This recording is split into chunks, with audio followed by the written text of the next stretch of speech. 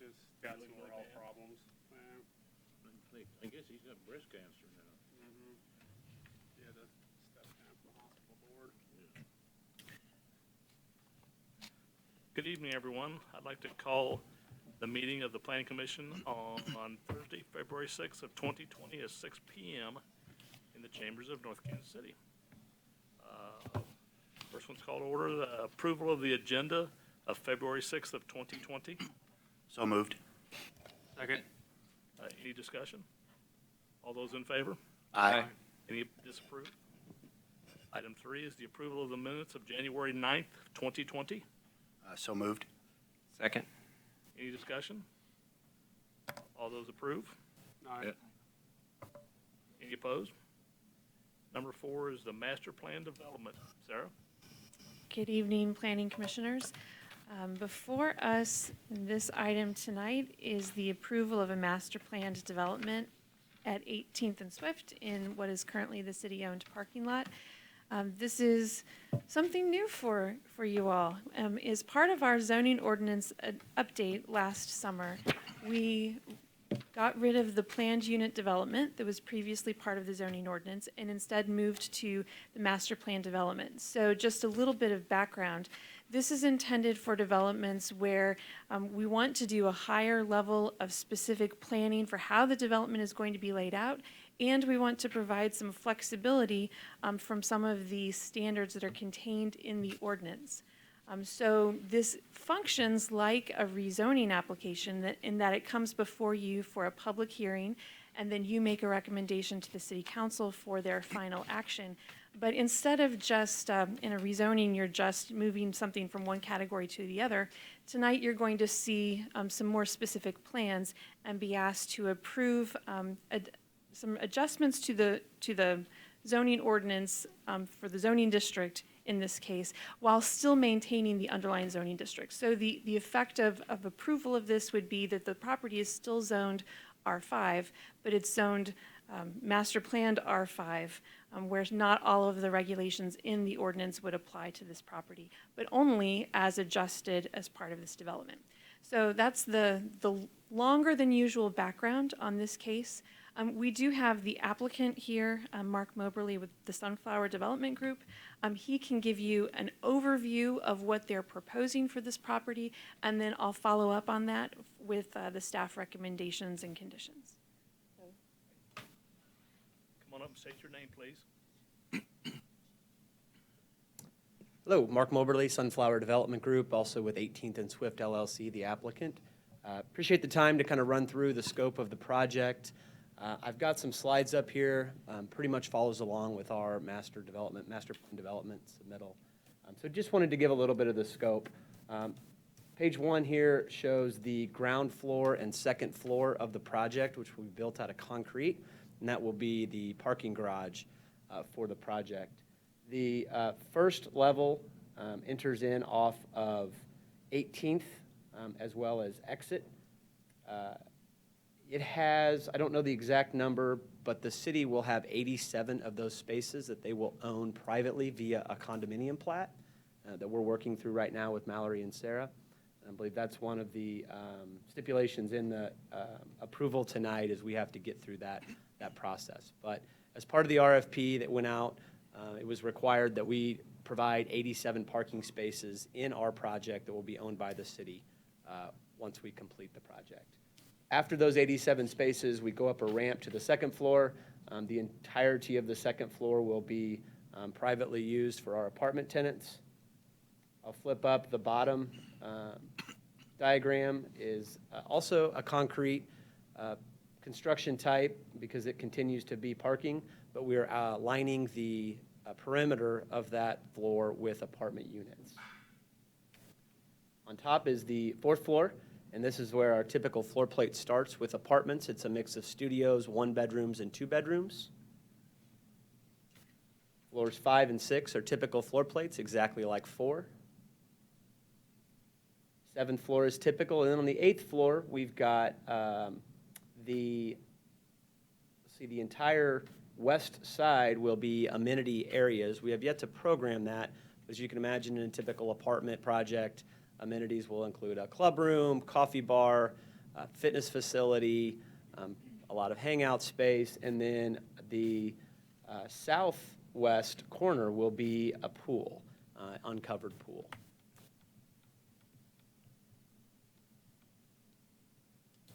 And then you can see on the top of the 8th floor, we will have a small rooftop terrace. The elevator extends to what would be floor 9 on the elevator, but there's no structure there. It's just a potential outdoor, and that's yet to be programmed. It's kind of a first blush at the elevations. Materials, I've got our architects from Roseman Architects as well as our engineers from Olson here. They can talk a little bit more specifically about something here, but I did just want to give a couple of the exteriors. Signage is shown on here. I know in the application it's just a placeholder. Well, we've got some time before we do our signage and understand we'll have to come back with appropriate permits. So that's all for the slides. I did just kind of want to give an overview of the scope. It is 190 apartment units. We've got that broken up into 47 studio units, 112 one-bedroom, one-bathroom units, and then 31 two-bedroom, two-bathroom units. As I discussed with council a couple weeks ago, we are heavy on our smaller units, the studios and the one-beds. We feel like with this being a very urban, dense project, we feel like people will live not only outside of their unit in the building, but outside of their building in their downtown. It's really what drew us to wanting to do the project in downtown North Kansas City. We do have a little bit of, and I should have mentioned this, I am going to go back. On the east side of the ground floor, we've got retail shown. I believe it's between 3,500 and 4,000 square feet of retail. That will be for lease. That was part of the RFP process. That pretty much gives the overview. Happy to take any questions. Any questions, commissioners? On the roof, will that just be a solid concrete roof, or will it have? We're building the project out of structural metal studs. It's not concrete past the parking garage, and there's no structure on top of that floor. We would envision an AstroTurf type of flooring, nothing really programmed more than just an outdoor space. You've got fantastic views of downtown, airplanes coming over and landing. We just felt like with the ability to go up one more floor and give some outdoor space to the project. Once upon a time, we talked about putting a dog park up there. We've now decided to put that down on the lower level. Past projects, Sunflower is done with dog parks. We've learned some lessons, so we feel like that's better served down on the ground floor. Some of them put grass and plant things and everything else. It's supposed to be cheaper to cool it and everything, but. I wouldn't go as far as a green roof, but it would look like you're outdoors on a green roof. How many parking spots are we losing in that area right now that are public parking, basically? There are 126 parking spaces in that lot today. Okay, so we're losing about 40 parking spots, even with the potential condoed spots. We're losing 40 public parking spaces. Right. There will actually be more parking spaces than that when it's completed, but some of those will be reserved for the apartment tenants.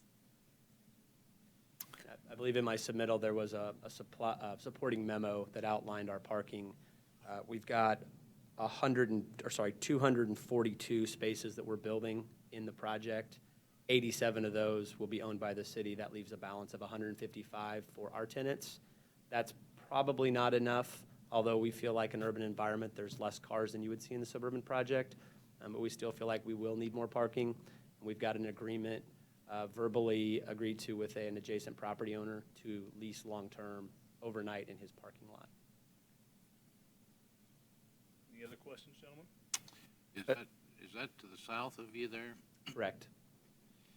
Assuming this is approved and goes through, what's your time frame? What's the project plan? Great question. We'd intend to be under construction no later than July of this year. I believe it's about a 16-month build, and then typically 12 months to lease it up.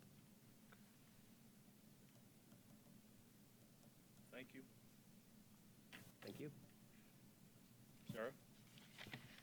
I I am not going to go into detail on each of the criteria for approval of a master plan development, but I would be happy to revisit any of them in particular if you would like. I do want to point out, though, that this parcel is located in the downtown character area of our master plan, and there's also a chapter of the master plan entitled Our Expanded Downtown that talks in much more detail than just the character area overview about the city's goals for expanding downtown. And in that section, we also talk about a mixed-use residential typology. And this development is pretty close to what we were recommending and calling for in that mixed-use residential typology in terms of lot coverage, the use of ground floor retail, wide sidewalks, community amenities with the retail that's included, and having the retail oriented towards street corners. I would also point out that on sheet C202 of the submittal, the applicant has listed all of the standards contained in the zoning ordinance that they are requesting some flexibility on. So if you wanted to compare, that's where they're all listed in detail, is on sheet C202. But in particular, the standards that are being adjusted in this master plan development application, the biggest ones are the setbacks, the lot coverage, and the parking. So staff is recommending approval of this application with 7 conditions that are contained in the staff report. Mark has referenced a couple of these. One is that the development is subject to a future condominium plat that provides for ownership of the public parking spaces by the city and ownership of the rest of the development by the developer. We would anticipate that that condo plat would be on your April agenda. Number 2 is that there would be a written parking agreement providing for the off-site parking submitted to community development for review and approval and then recorded with the county recorder of deeds. This is a condition that we have typically used in other conditional use permits that set up parking agreements. Number 3 is that they shall not have any curb cuts for access off of Swift Street, so all of the access will come from 18th Avenue. 4 is that balconies that are shown on these plans that are extending into the right-of-way are the subject of future encroachment licenses approved by the City Council. And approval of the master plan development does not imply approval of future encroachment license applications. 5, they're showing perforated metal panels screening the structured parking area on the building facade. Particularly, you can see that particularly on the 18th Street or 18th Avenue facade, that those shall include decorative panels and shall not include any signage or text. 6 is that any improvements shown in the right-of-way shall be subject to future excavation permit applications and review. And 7, Mark mentioned that the signs shown are for illustration only and are subject to future sign permit applications. I would be happy to take any questions you might have for staff. This lot belongs to the city right now. Yes, So therefore, the city has no income at all off of it. that's true. With this development, will they then be have to pay taxes on some of it, or? There, as part of the development agreement, the city has made an agreement with the developer about an economic development incentive. I could not give you any detail about that. But yes, there has been an agreement made about this project eventually going back onto the tax rolls. Go ahead, Jim. One of the sort of red flags for me is I know that in the letter you noted that there was a great deal of confidence that there were going to be enough parking spots given the number of units. If that's going to be the case, there are some assumptions being made about micromobility and bikes and other kinds of things. And I guess who is responsible for the amenities that would be necessary for those kinds of bike racks, those kinds of things in this project? Is that something that would be the responsibility of Right, the city so and the master plan? the updated zoning ordinance did set some standards for bicycle parking. This project is planning to meet those. I have a question. Go right ahead, sir. What is the general feeling of the surrounding businesses for this project? I would recommend that you open the public hearing to learn that, but I will note that the city and the developer have held 2 neighborhood meetings to provide information about the project to the surrounding neighborhood. Given that I'm sure there are people here to speak on this, I would not want to assume that I know their mindset. One other quick question. The 87 city-owned spots, those will continue to be free parking? Is that what the plan That is? will be a decision of the city council. That's not a subject Not of in this this plan? application. Okay. Go ahead, Jim. One other quick question. Could you give us an idea of the price points of these units from studio up through two-bedroom? Sure, happy to. Didn't mean to catch you unexpected. No, you're fine. I have it. I just stuck it back in the back of the Absolutely, packet. thank you.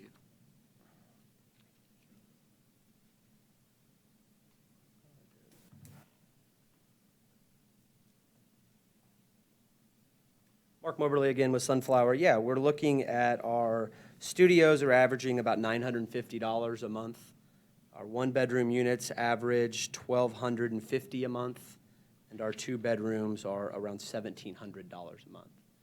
The average size of the units in the entire project are 650 square feet, and we average rent at 1,200 square feet. As a multifamily developer of real estate, we've done a lot of comparable shopping to understand who we're going to compete with in Briarcliff, in North Kansas City, on the riverfront, in the river market, to make sure we're not trying to design a project that's going to be really any more expensive than our competitors and quite frankly, cheaper. Any other questions, gentlemen? Hearing none at this time, need to open up the public hearing. Is that correct? Yes. Do I have a motion to open the public hearing? So moved. Second. All those in favor? Aye. Anybody opposed? This time the public hearing is open. Anybody that wishes to come up and talk about this, please come forth and state your name at the podium. Anybody out in the audience that would like to come up and talk forward, please come up and talk at the podium.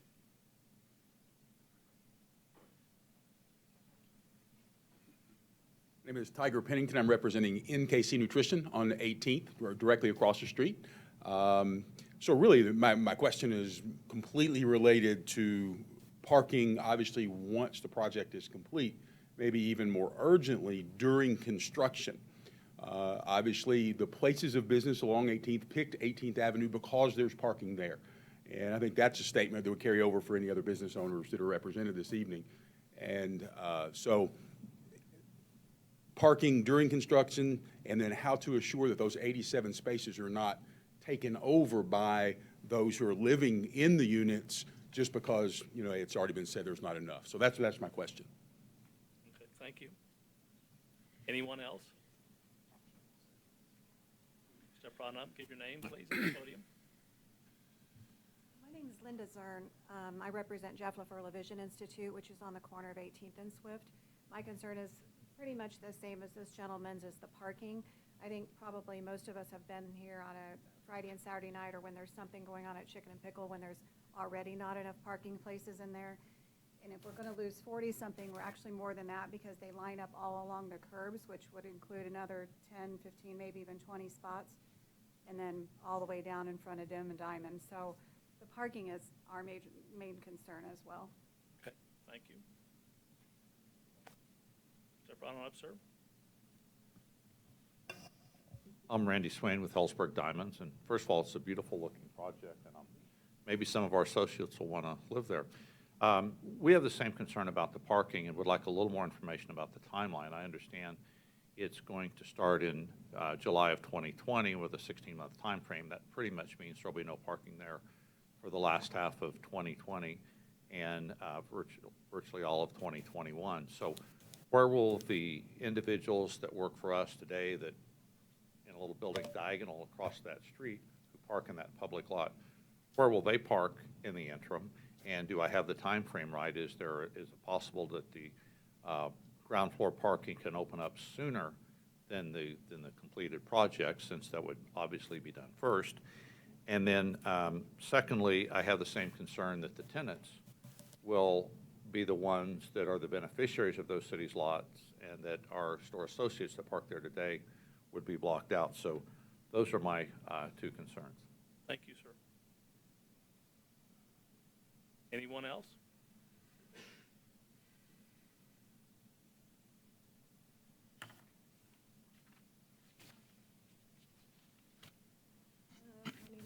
Natalie George, owner of Hairspray Cafe there on 18th Avenue, and I just wanted to know, like, if they would be able to keep the 87 city parking spots during the construction of this thing, or will even those not be usable during the construction time? Okay, thank you. Anyone else for the? Seeing none, would anyone like to speak against? Seeing no one, at this moment, I would like to close the public hearing, or do I hear a motion? So moved. Second. All those in favor? Aye. Anybody opposed? Thank you. Sarah, Would you like me to address the issue of during construction go parking? right ahead. Yes, ma'am. I would note that the city, I mean, we understand that there will definitely be some short-term pain associated with construction period. And we are working with property owners in the area to identify places where we could have some public parking during the construction process. My understanding is that we are not quite ready to have that agreement before the city council, so we don't have anything to announce yet. But that is something that we will be able to make an announcement about, construction period parking in the near future. We're also working with the developer to make sure that contractors who are coming to the site are parking further away so that they are not taking up parking spaces adjacent to businesses in this immediate area during the construction process. So, you know, we are trying to find some short-term solutions for that, and we'll be making an announcement about those sometime between now and July. I don't know that any of us knows whether the parking could be available prior to the end of construction. I mean, I know that we would probably like that, but I just don't know that we know that quite yet, when those parking spaces might be available. And obviously, the management of those is something that we have not started discussing in much detail yet, in terms of whether or not to charge for the parking and how they will be managed. But it is something that we have been discussing at a staff level. So I'm not able to give very many specific answers to those questions, but they are questions that we are working on answers to, if that is helpful. Thank you very much. I guess at this moment in time, I need a motion to either approve. Tom, just a second. Oh, go right ahead, sir. You say you're working with the other landowners down there that have parking. Are you making any progress on that? Yes, yes. So we are expecting to have an agreement before the city council for approval with regard to construction period parking in the next few months. Okay. That's something that's being spearheaded by our assistant city administrator. So I don't have a lot of detail yet, other than it's not on an agenda quite yet. Looking for a motion, gentlemen? Well, I'll make the motion that we approve this application with the recommended conditions. Is that right? Second. Any discussion? All those in favor? Aye. Aye. Anybody opposed? Motion carries. This item will appear on the February 18th city council agenda for final approval. Thank you, Sarah. On to item number 5, please.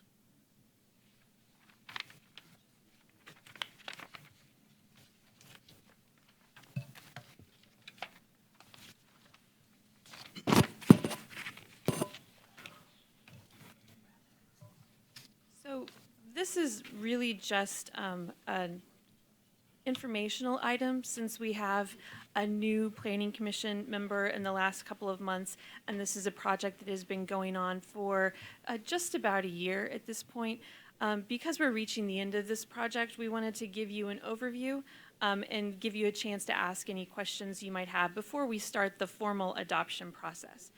So we'll talk briefly about background, how we went about community engagement on this project, the contents of the plan, and then discuss some next steps. I'm happy to take questions at any time. Feel free to interrupt. First of all, the background of this really goes back to our master plan, which was adopted in 2016. There are five vision themes that are contained in the plan, and the fourth of those is build a safe multimodal network and enhance the pedestrian scaled environment. My printout is very small.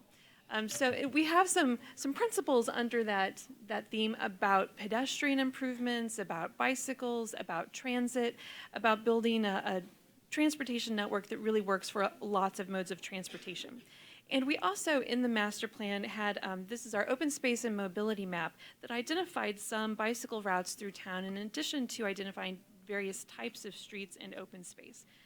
What we found after this plan was adopted in 2016 was that we had a lot of projects going on where we very quickly either made some decisions to add additional types of facilities or changed our mind about some things.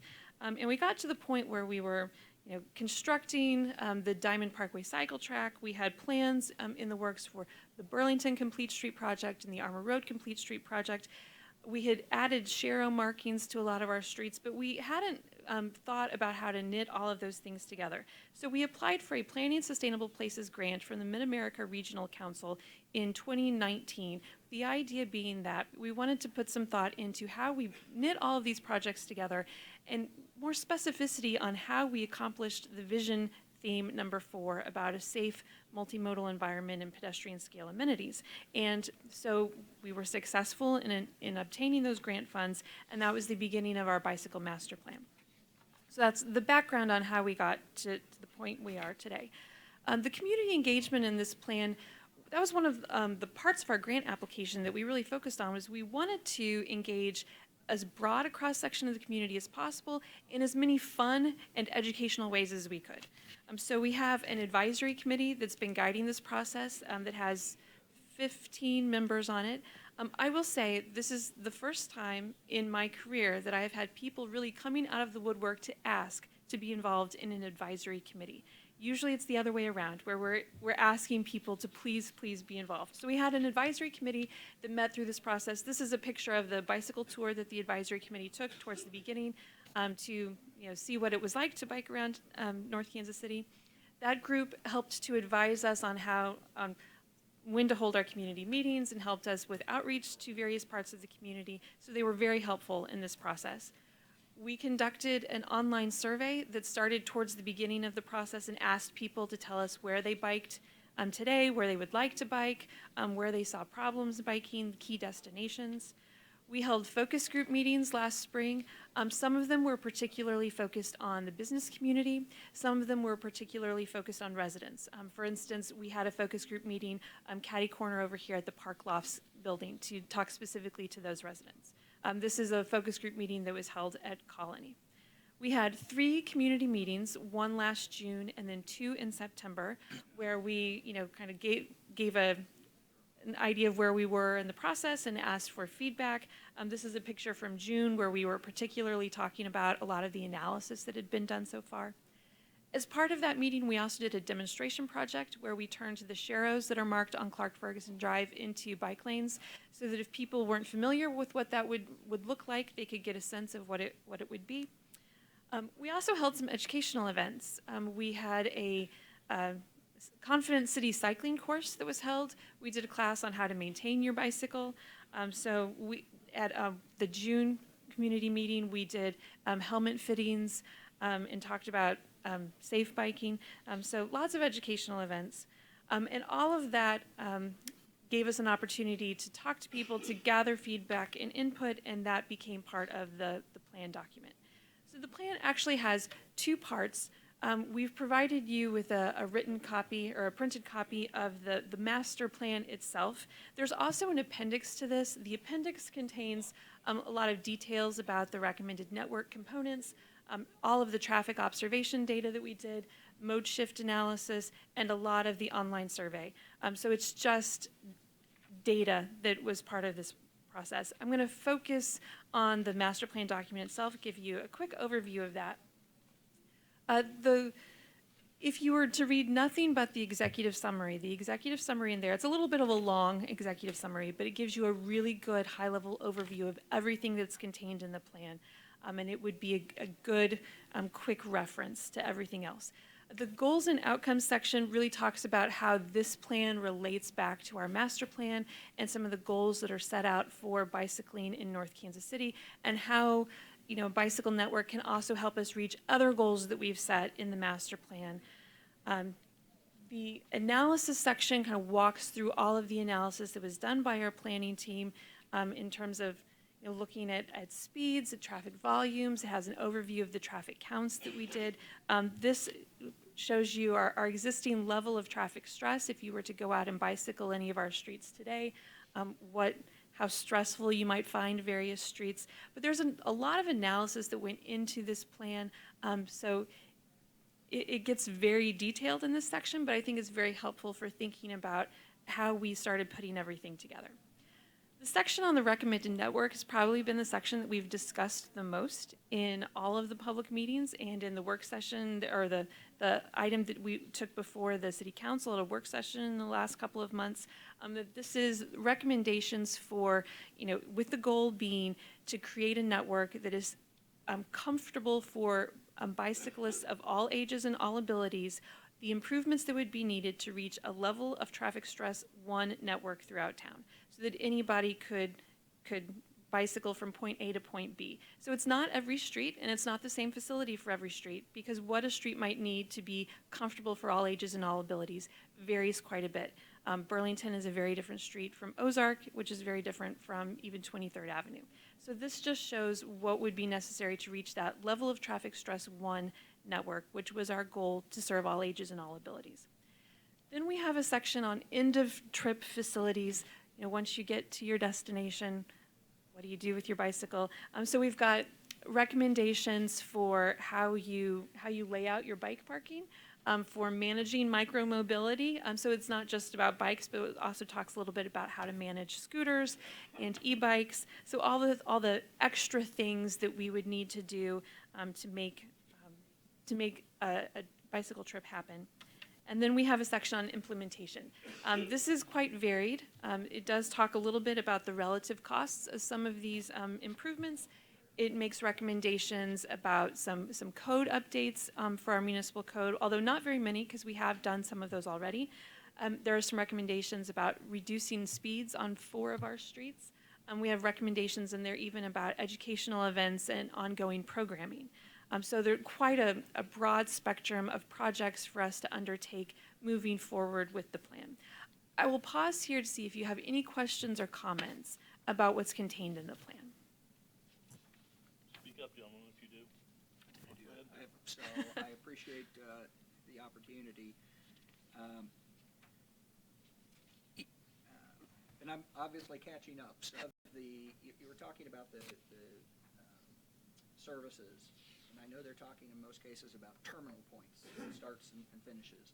Are we seeing North Kansas City as being one of those terminal points? Are we seeing us be a go-through and hoping to have additional terminal points further up North Oak? Or how are we kind of seeing that in terms of service provision and that kind of thing within the city? That's a really good question, and I'm going to use this recommended network map to illustrate the answer, because it's really a little bit of both.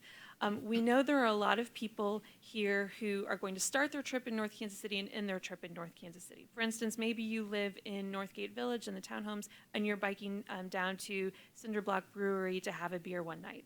So, we want you to get there wherever you're starting and stopping in a safe way. So we have a lot of those trips, but we also know that we connect to some regional bikeways, for lack of a better word. So here you can kind of see those outlined in the gray dashed lines.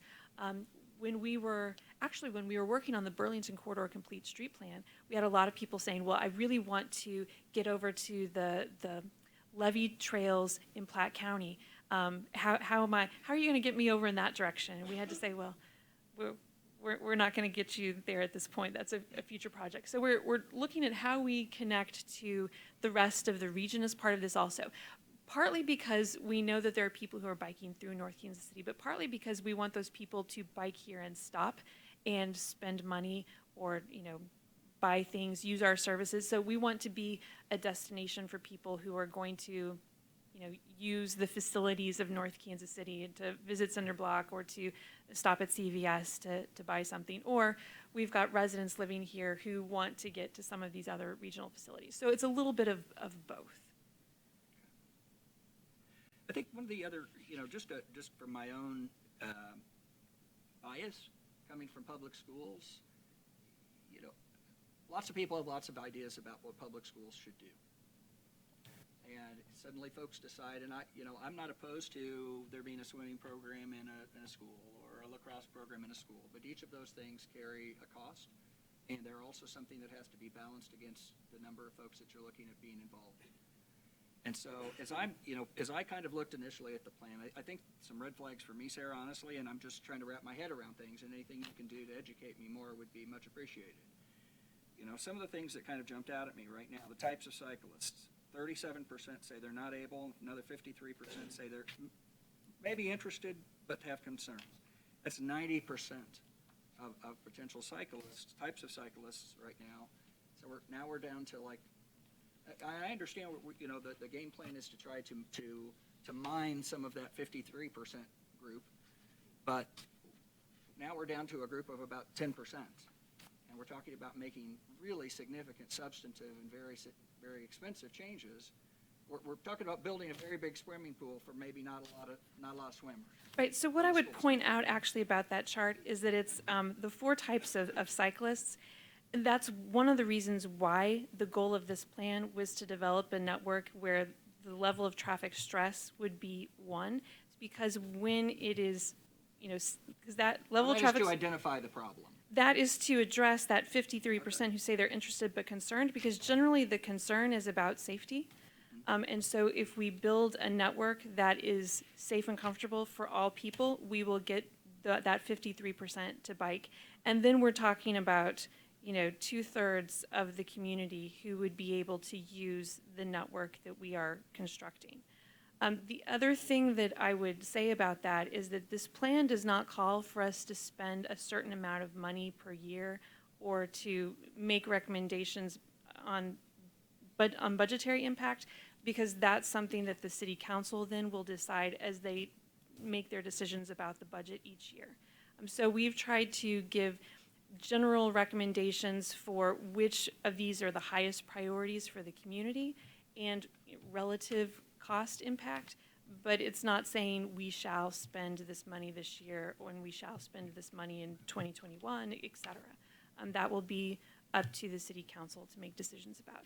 But again, the goal, and I would also, you want to just keep going here, all of our transportation network investments are the flip side of that is our land use and development investments.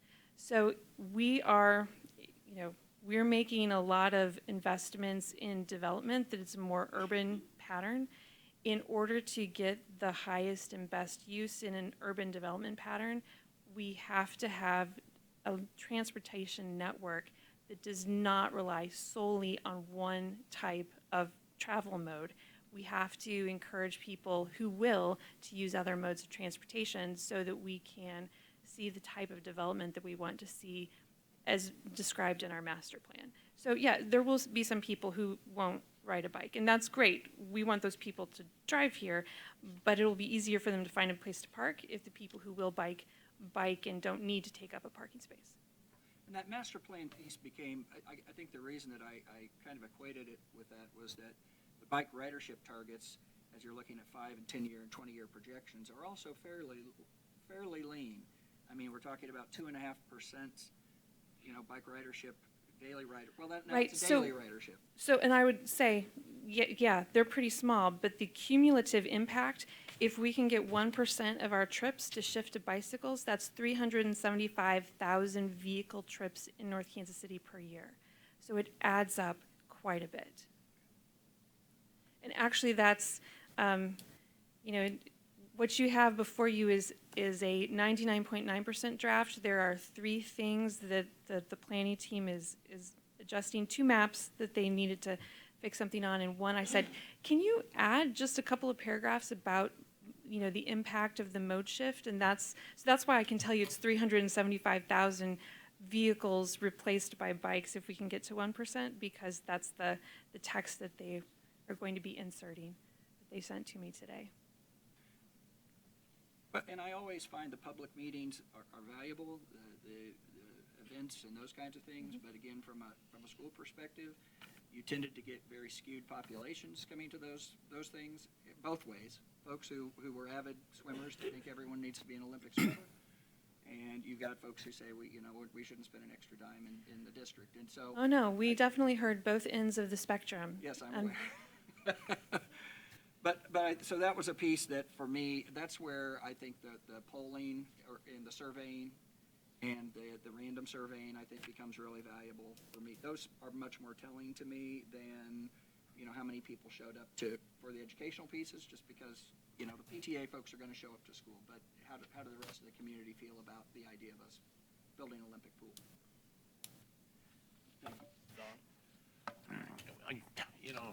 This is probably not a fair question, but, we've had bike paths out here on Armour Road. I know in the wintertime, you're not gonna get a whole lot, but, Actually, Mallory's windows look out on Armour Road. We've seen a good number of people, more than zero, biking this winter. I have too, but I think we tend to make a lot of assumptions. I mean, you said a very big word a while ago, if we can get this and if we can get that.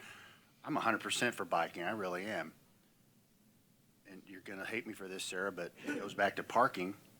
I mean, what did every single one of those people that came up earlier talk about?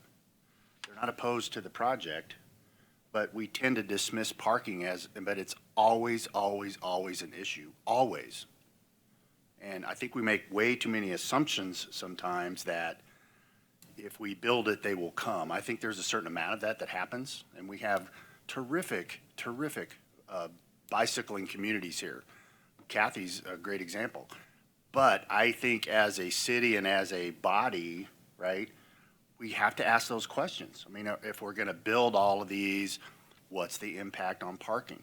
Because, like it or not, a significant amount of people that come here drive. And if they can't find a parking space, or if the businesses don't have parking for their customers, they're going to go look elsewhere. I guess I'm not sure how this impacts parking in a negative way. I don't know either. I don't think you know either. I don't think we know how it's going to impact parking along these routes, especially these shared. Look what happened out here on Armour Road, right? I was all for that. It absolutely blew up in our face because of parking. It's not necessarily the bicycle thing. I don't think anybody disagrees with having a bicycle plan. Does anybody disagree with having a bicycle plan? It's just, how far do we go and how far do we infringe on everything else that's going on those paths just to get our bicycle path in there? That's my concern. I mean, again, I'm not saying, I'm all for the bicycle stuff. I ride my bicycle too. I'm one of the 53% that rides occasionally, but I just think somebody has to ask these questions, right? So I'll be the bad guy and I'll ask these questions. Let's make sure if we're doing this that we pay attention to what everybody else is saying. That's why I always ask, what do the surrounding folks think, right? And I know I said this before, but I knew it was coming. I had no idea what those people were going to say. Every single one of them talked about parking, every single one. The Armour Road thing blew up because of parking. How many other projects have we looked at, talked about? When parking comes up, it's always an issue, always, always, always. And we seem to downplay it. It always goes to the bottom of the list, and it's always the first thing people want to talk about. So I'm just saying we better think about that when we're doing all this cool stuff, because a huge majority of people that come here drive, and they need a place to park. I would definitely push back on if you're trying to say that staff does not consider parking. I didn't say you don't consider it, but it's way down on the list, always. We did a parking management plan. There's nothing a year and a here, half ago. Nothing about parking. Sarah, you and I both know, you can do management plans, you can do studies, you can do statistics, you can make them see and say whatever you want them to say. The real crux of the matter is when the people that live here, drive here, park here every day, we tend to not listen to them. We had to completely change the plan in front of the post office because people complained. It was not vetted properly. And I've heard from a lot of my neighbors and a lot of our constituents about that whole thing. And it's not that they're against it, it's that nobody seems to listen to their concerns. Or they find out about it later, and that's a whole nother subject. But if we don't, as a body, if we don't at least anticipate some of this and consider some of this and address some of this, we're going to be right back in the same boat. That's all I'm saying. Just think about what needs to go into this so that we don't step on everybody's toes just to get something going that we want, right? I'm just saying we need to consider that. Let's be proactive instead of reactive. And I apologize for. Thank you, David. I don't agree with you. Go ahead, Sarah. Were there any other questions? No questions. I mean, I think having a plan is good. How it gets implemented is to be seen, right? There'll be a whole series of events to figure out which project, how much, but that's all to be seen. But I think having data is good. I think when we've done other projects at the end, people were scrambling, looking and asking for data. There's a lot of data here, so I think that's good. So we'll be able to refer back to this when we need to make a decision down the road about what gets implemented, when does it get implemented, how much does it cost. We would have something we could come back to and say, hey, we've done our homework, we know a little bit about what might be involved, what some of the things to consider are, and then there will be time for debate about what and when and how much, I think. Thank you.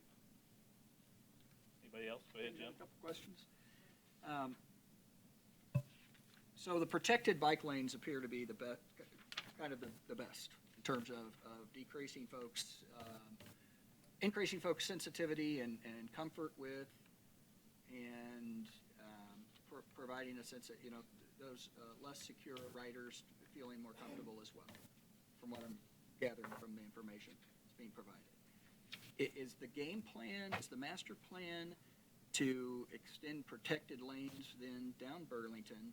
And can you give me an idea of what that looked, going down Burlington, obviously, it's buildings right here. So I'm trying to envision how that happens. Right, so Burlington has its own separate complete street plan. And if you want to see, exactly what's going to be built on We can Burlington, look at that another time. well, that's next Wednesday. Okay. But yes, that's a protected two-way cycle track on the east side of Burlington, above the curb for the most part.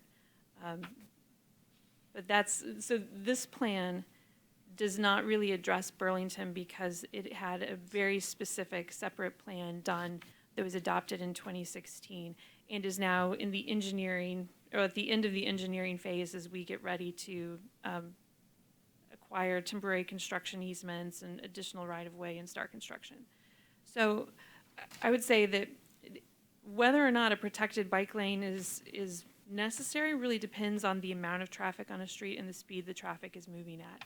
We are not recommending protected bike lanes on every street in North Kansas City because it's not necessary on most of them. So that's why you'll see different types of facilities recommended in the draft network. I saw that code allows for folks to use bikes on sidewalks. Yes, it does. Will that be changed if there are protected bike lanes so that the sidewalks now become pedestrian? No, you would have an option if you were a bicyclist of where you would like to ride, or if you would like to ride in mixed traffic in the street. With the exception being the jogging trail at Mackin Park, which is still exclusively for people on their 2 feet. I find myself, just struggling a bit because as I looked at the data over the counts, for example, pedestrians, bikers are measured in in singles and tens, up to hundreds. Auto counts, truck counts are measured in the tens of thousands. Right. We did those counts So to those are- provide a baseline to see if we were able to improve them over time. Absolutely. But I obviously, those are really important pieces for us in terms of considering, so. Thank you. The other thing about it, I mean, just about every street in this town and in the residential area and everything else is perfect for riding bicycles. I mean, and, I mean, there's plenty of places to get people from point A to point B without going down some of the busiest traffic ways. And to your point, the percentage of the people that are out there doing it compared to cars, it just doesn't seem right. I don't like it. Anything else, gentlemen, over here? One of the things I've been thinking about a little bit is, as I've thought about, I've sat on some of the committees, I've gone to some of the public houses and stuff, and I've talked to a lot of people who are wanting to move to Northtown. How different will Northtown look in just 5 or 10 years? When you add, I don't know how many units they're going to have at this apartment building, over 200. There's another apartment building going on. There'll be another one on Armour. When we add up several hundred new units in town, new residents, a new resident growing population, how will that shift things? And I think someone who owns a home may have a little bit different needs than someone who has an apartment. It's a little harder for them to get their car out, and find a new spot once they move their car. And if they had a bike, how would they use the city differently? And that's one of the things I've been trying to think about is what will the future hold and what changes will we need to be ready for? So that's just one piece I've been trying to think about with what's coming.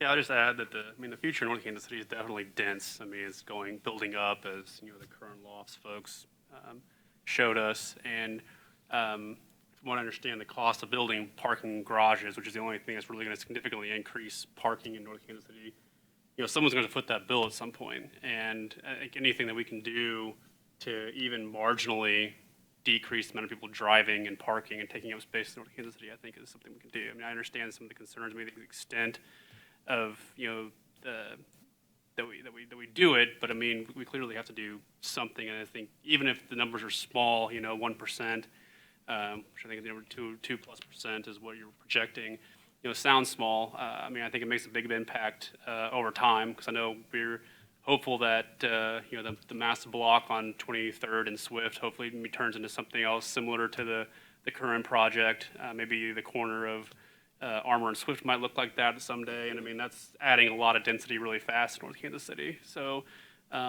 without anybody stepping up to build a parking garage here, I think anything that we can do to create some more transportation flexibility in the city is of the utmost importance. Anybody else? Sarah?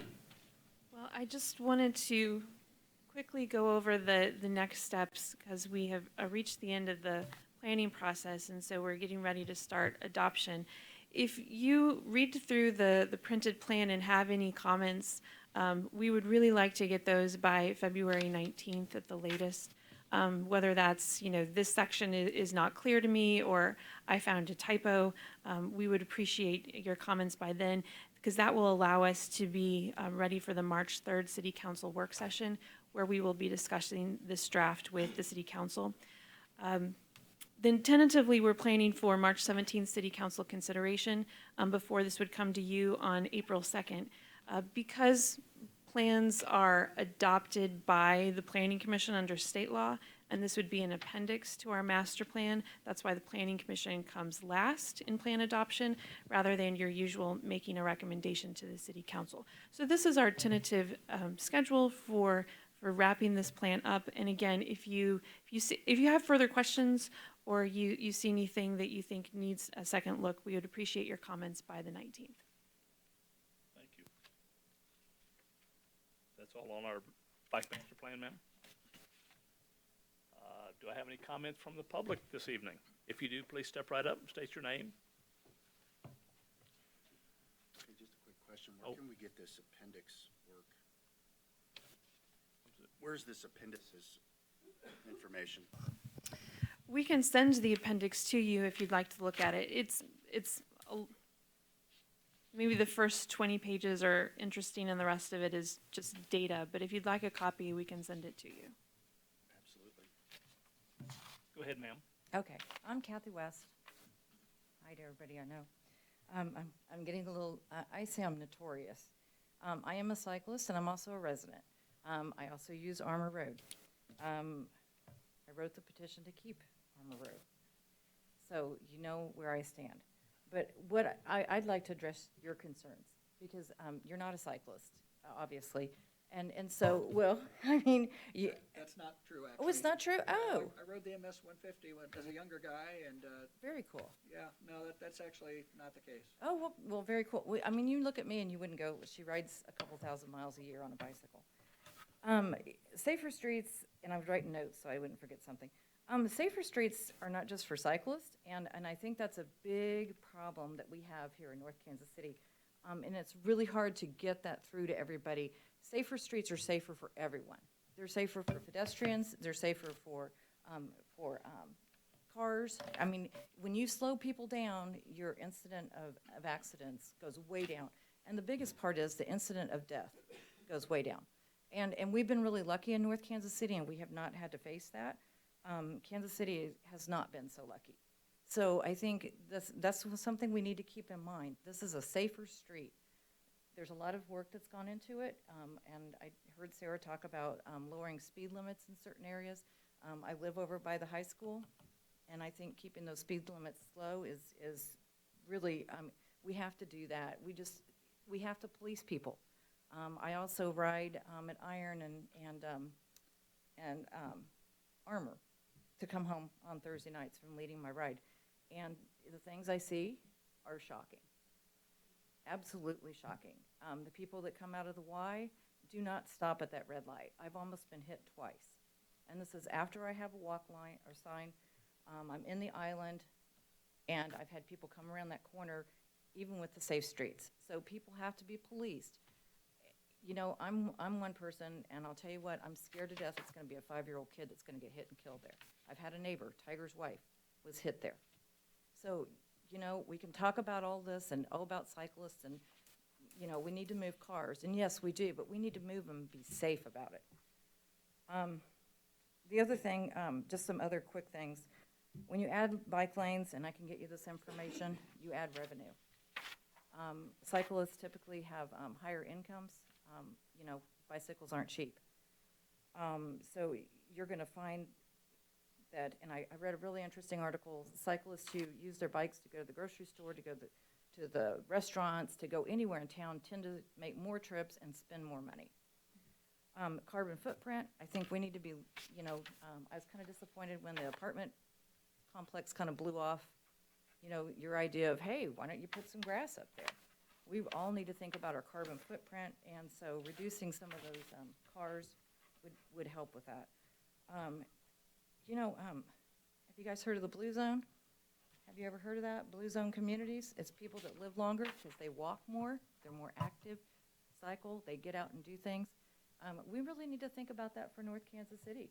Why wouldn't we not strive to have a longer lifespan? Because people are more active, they lose weight. And two more things and I'll be done.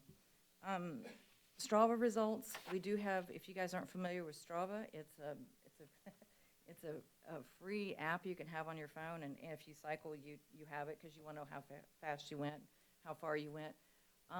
We can get great results from Strava. Strava collects those results, and they're individual persons, they're free, and we can get those results, and we can watch and see how many more individuals are cycling down Armour, on 14th Street, all around North Kansas City. And I think that's really important.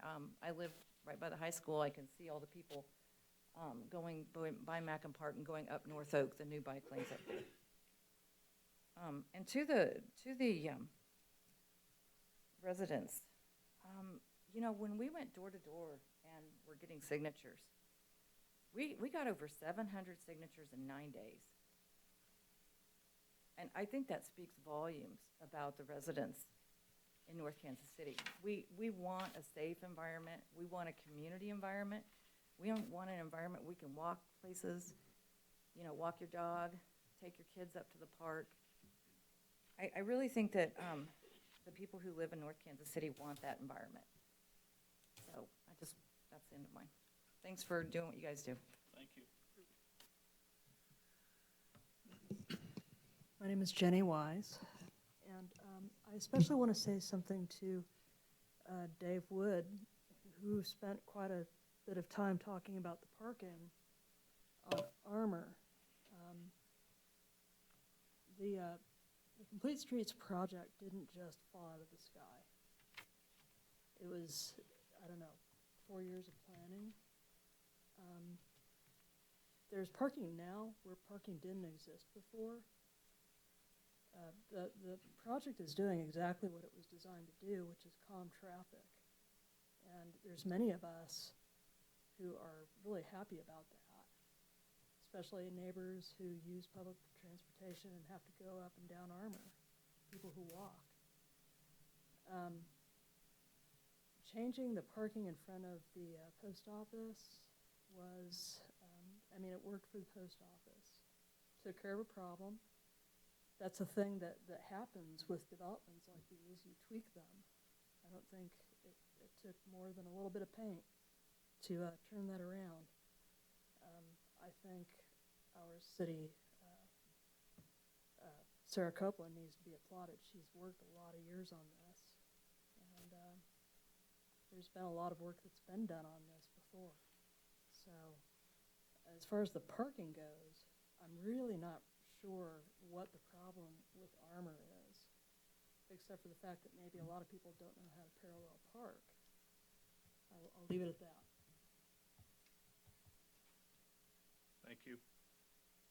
Anybody else? Seeing none, comments from staff. I'd just like to remind you all that we have a open house next Wednesday from 4 to 7 p.m. at iWorks in their event pavilion. It's an informational open house about the improvements that are planned for Burlington. So we'll do stations like we've done in a lot of open houses where our engineering team from Olson will be available to answer any questions and talk about the improvements that are going to be included in that project. So 4 to 7 p.m. we did extend it an extra hour into the evening next Wednesday at iWorks. Thank you. Anything else? Any comments from my fellow commissioners? None from this side, over here on this side? Do I have a motion to adjourn? Motion to adjourn. Second. All those in favor? Aye. So do we have a movie tonight, or? We do, unless you would like to postpone that for a future meeting. It's up to you gentlemen. We got things to do. Okay. I see 2 nods. Either way. Okay. Can we postpone it, sir? We'll save that for next time. Thank you. Gentlemen, thank you. Audience, thank you.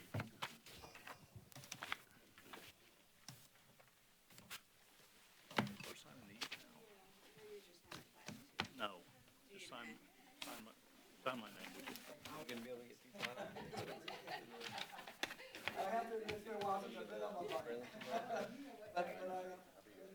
Hey, how are you?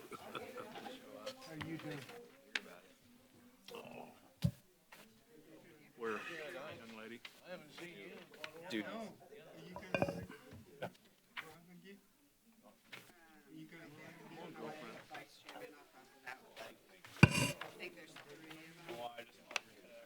Oh, did you? I was looking at my calendar at like 3 o'clock. I had to go to Lappin's to get a haircut. And like, I need to sign that, Valerie? Paper. They get a special pen, like when you get big checks. You know, Thank you very much. Well, I should have handed out pens for this. Oh, yeah, collect them. Me too. See y'all later. See you, Jonathan. What else, dear? That's it. Has the mayor got to sign this too? No, it hasn't been passed yet, has it?